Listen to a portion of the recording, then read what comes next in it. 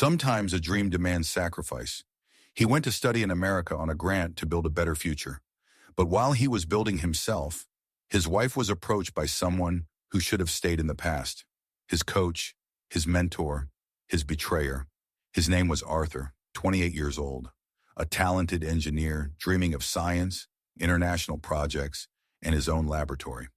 When he received a grant to study at one of the prestigious universities in the United States, he couldn't believe his luck. It was a ticket to a new life. His wife, Katie, cried at the train station. She said how she would wait. 3 years will fly by, she whispered. The main thing is for you to be happy. He promised to call every day, and he called. At first on schedule. In the morning, their time. At night, his time. She answered, said she missed him, that she was counting the days. But over time, something changed. At first, the calls became less frequent, then colder. Sorry, I'm tired, she said. You're far away and everything here is so hard. A year passed. He came for a week, vacation. She was different, cold, distant. Everything's fine, she said. It's just that you've become different.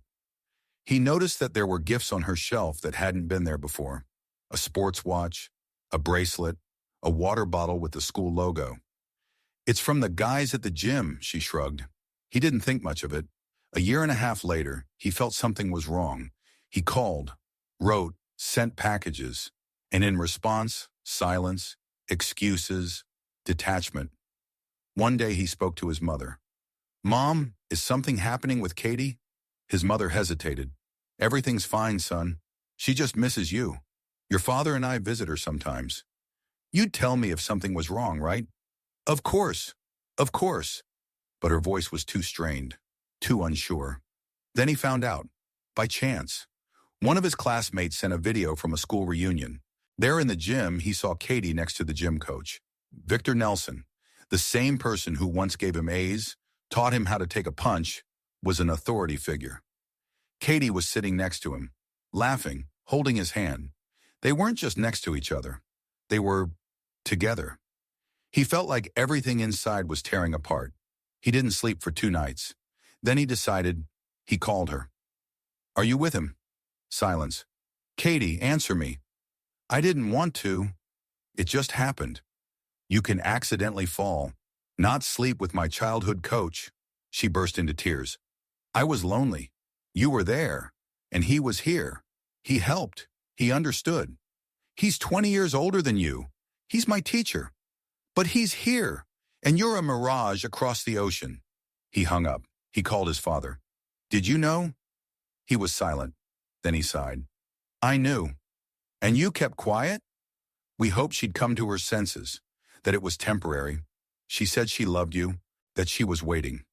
And you just waited for everything to fall apart on its own? We didn't want to ruin your life. There, abroad. You were happy, Arthur. He screamed, cried, sat in a dark room with photographs on the floor. Photographs where they were we. Now only he. He finished his studies. Excellent. With a degree and an offer to stay. But he refused. He came back. Not for her. For himself. He wanted to look into the eyes of the one who took his place. He came to the sports school. Went into the gym. Victor Nelson was there. Arthur, don't even try. I'm not making excuses. It's just, we were both lonely. You were like a mentor to me, and you took away what I loved. You were in the clouds for too long, Arthur. She got tired of waiting. And you just took advantage. He left, didn't hit, didn't scream, but inside everything seemed to burn out and became empty. A year and a half passed. Arthur lives in another city, works in an international company, writes scientific articles. He has a new life. Katie tried to come back, wrote, called, but he no longer answered. I'm not angry, he once told a friend. I just don't believe in promises anymore. I believe in actions. Now he's building a house, with his own hands, without illusions, without promises from anyone. He no longer lives in anticipation, because the most important thing he realized in those 3 years, a dream with a price isn't always good, but sometimes it saves you from a lie that would kill you later. Sometimes you lose love while building yourself, but if you get the truth in return, then it's not in vain. And betrayal, it's not about those who left you. It's about who you won't let back in. He didn't take revenge. He just became different. You left for a dream, and I just stayed. He returned home, not to the one with his beloved, but to his parents. A room where everything remained as in childhood.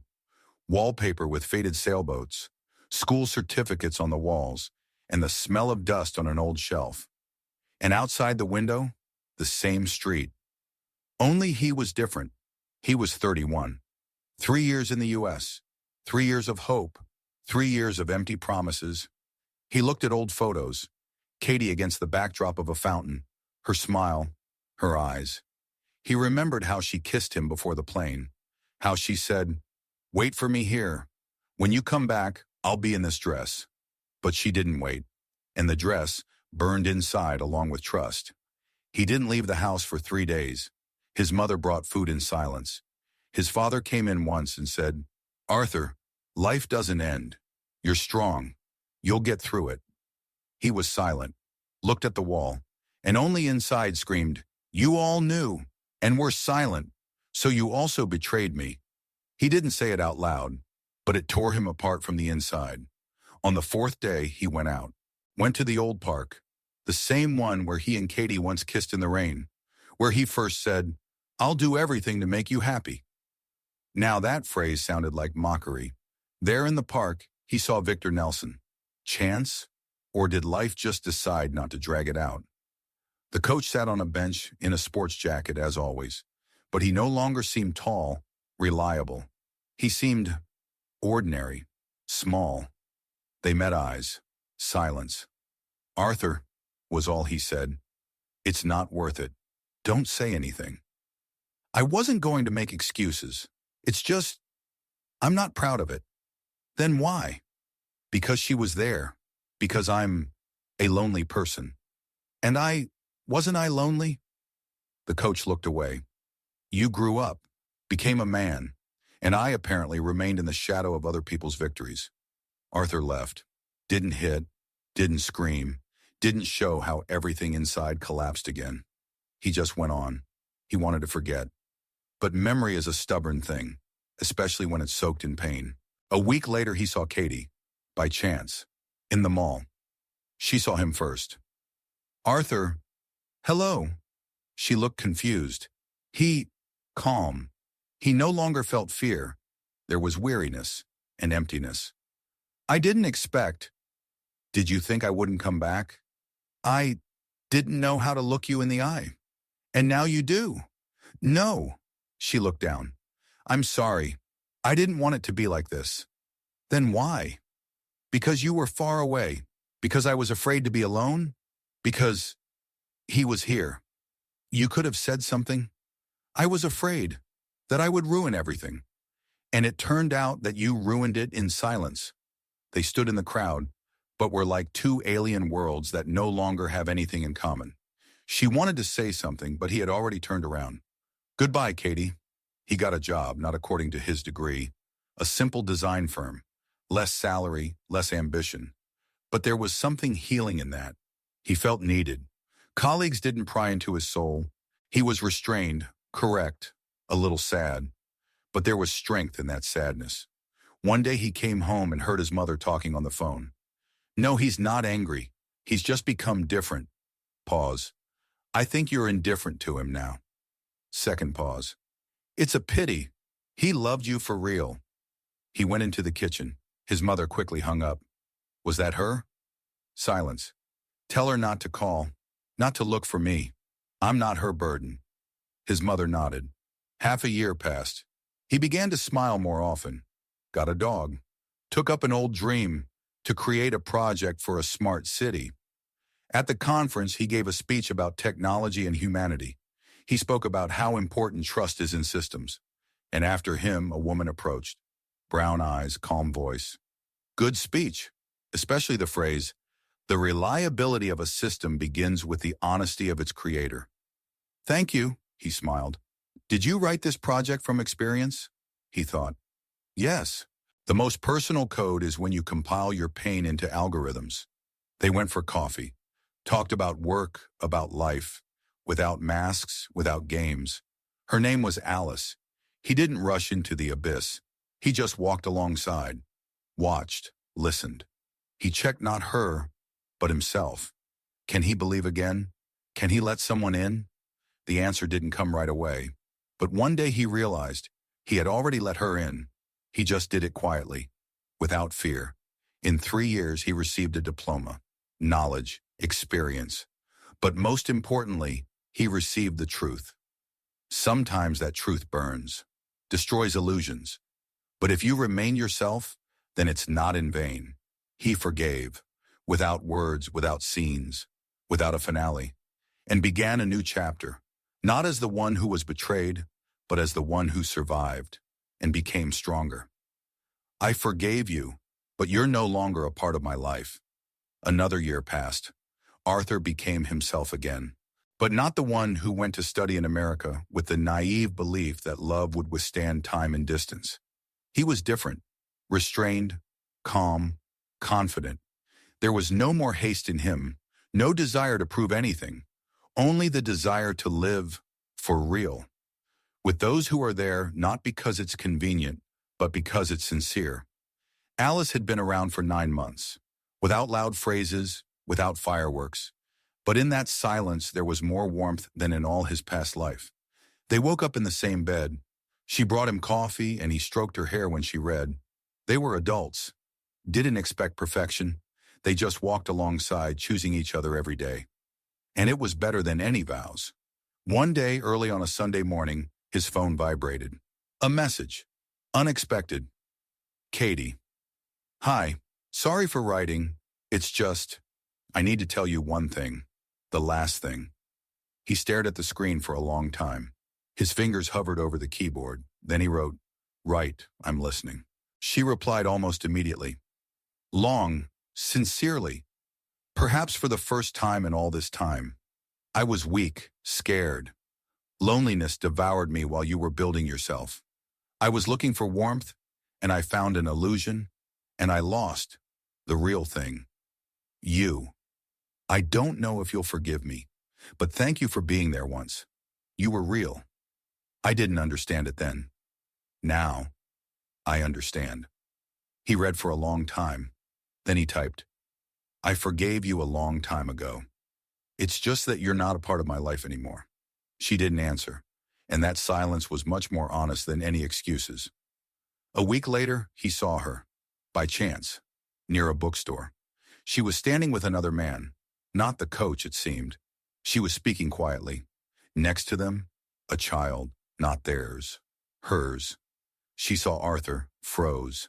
He just nodded and walked past, not because he didn't want to talk, but because he didn't need to anymore.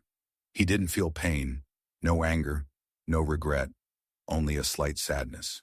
Like from an old melody that you no longer play, but you remember that it was once important. At work, he was offered to lead a new project, development of autonomous security systems for residential complexes. He agreed. He assembled a team, became what he had always dreamed of being. Not just an engineer, but a person who others follow. He no longer tried to run away from the past. Now he was building the present. Alice looked at him more and more often with a soft, warm smile. You know, you're not the way you probably seem on the outside. What do you mean? On the surface, you're cold, dry, but inside, very alive. Just wounded. He sighed. I healed for a long time, but you're like warm water after winter. Everything thaws. She came closer. Then don't be afraid to thaw completely.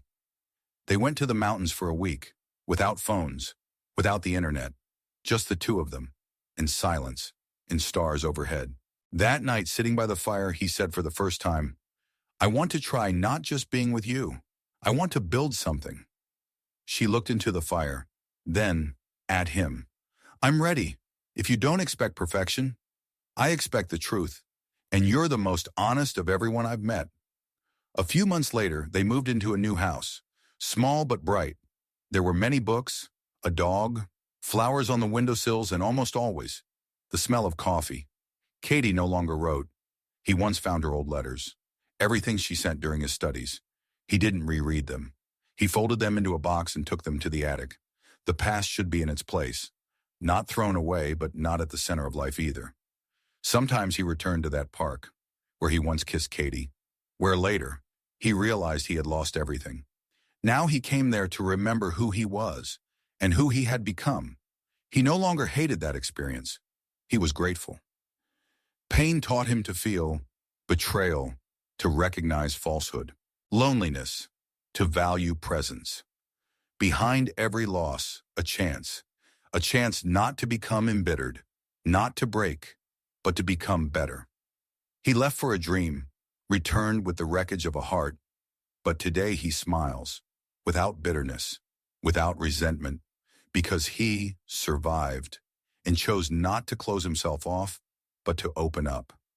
And one day when everything was quiet, he realized studying in America changed his knowledge, and betrayal changed him. And now he's not just smart. Now he's real.